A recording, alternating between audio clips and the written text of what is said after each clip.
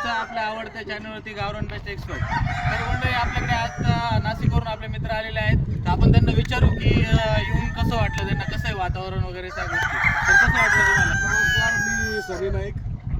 मी आज आलो इकडे बघण्यासाठी कोंबडी फार्म कसा असतो गावठीचा. आज बघितलं तर मला एकदम ते खूप आवडलं. यांनी खूप छान प्रकारे केलेलं आहे, खूप चांगल्या प्रकारे ठेवलेलं आहे.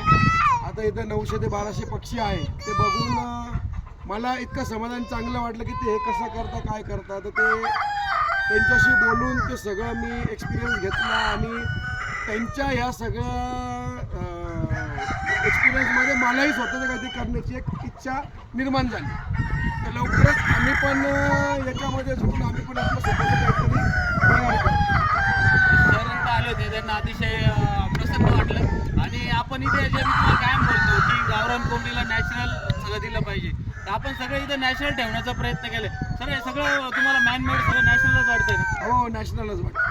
तर मंडळी म्हणूनच या गोष्टीवर आपण काय म्हणत असतो की निसर्गातून पोषण हेच आहे गावरान बेस्टचं भूषण. तर पुरतच थांबू मंडळी. धन्यवाद.